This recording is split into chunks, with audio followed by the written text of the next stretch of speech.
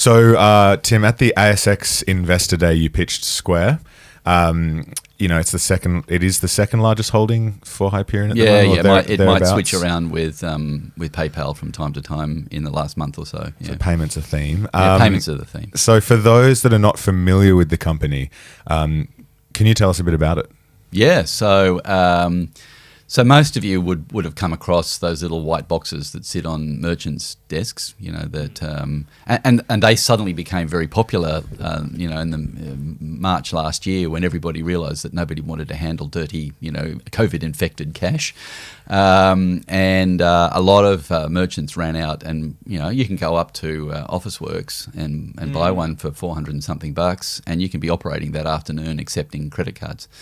So that whole seller ecosystem comes with a whole lot of other benefits. So it has a point of sale system, which whether you're a restaurant or a retailer, it's different. It's particular to those type of merchants, and they do payroll and they do appointments, and it comes with the ability to borrow. Because Square can see your sales and your cash flow and actually gives you a pretty good idea. And lots of small businesses really struggle to get short-term finance from banks. But if that were the only story, we probably wouldn't own it. The second part of the story is something that doesn't exist here in Australia yet with Square, is the Cash App. And it's the ability of young people who are relatively underbanked. So, we think there's 60 million Americans who are underbanked, don't have credit ratings.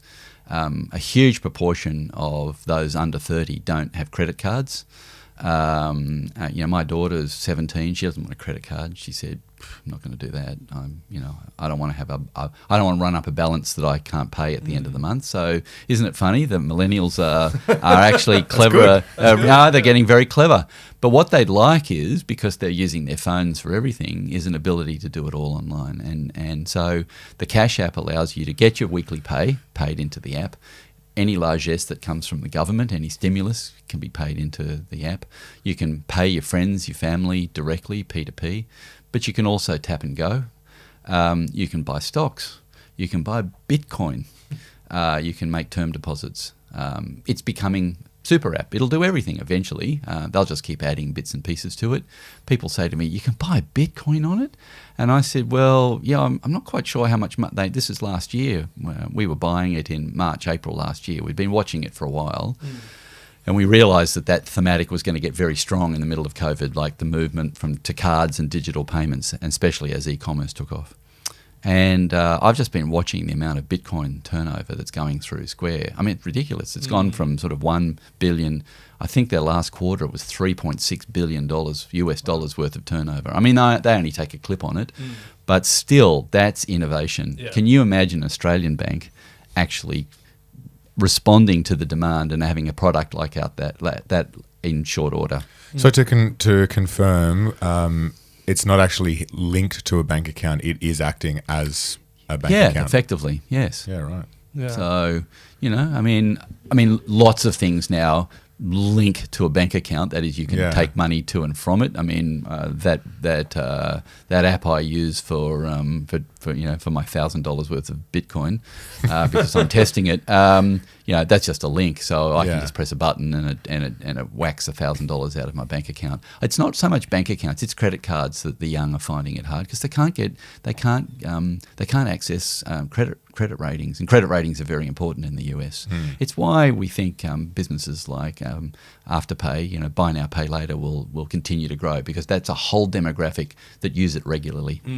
I saw PayPal launched a credit card yesterday. They did, Was it yesterday? Yeah. I don't know any details about it other than that. Yeah, no, early days. We don't see the death of the traditional credit card companies. They are the rails on which a lot of this stuff works.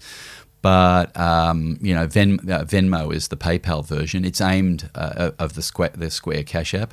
It's aimed at a higher socioeconomic level. A more affluent consumer.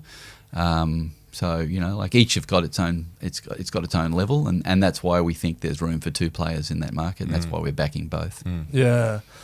Square is a fascinating business. Full disclosure, I've been a long-term shareholder. I don't think you are. No.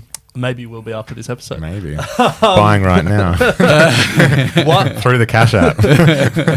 A lot of people probably wouldn't be familiar with the fact that Jack Dorsey wears two hats in his day-to-day life. So the CEO of Twitter and the CEO of Square.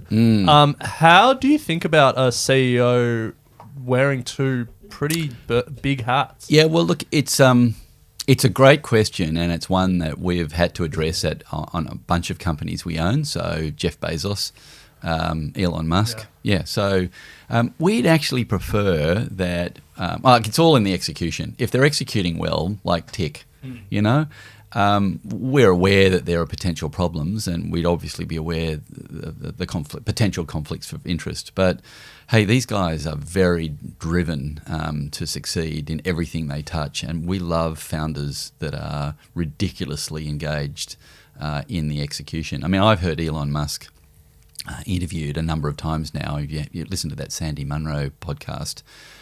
Sensational. He knows everything about every part of the car. He understands the metals and how they work together, and the power that you get out of a motor, and how it's like right down to the tiniest little detail he's been across, and he's done the same thing at SpaceX. Well, that's the same with Dorsey here. He's right in the weeds on this stuff. So when you think about the competitive landscape, obviously with a lot of these companies in the disruptive space, it's moving pretty quickly, and particularly in payments at the moment.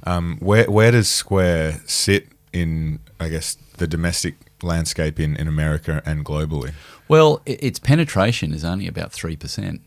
So it's very early days, they might have tens of millions of users, but we think they're only 3% penetrated. So, it's the addressable market, the total addressable market's 145 billion.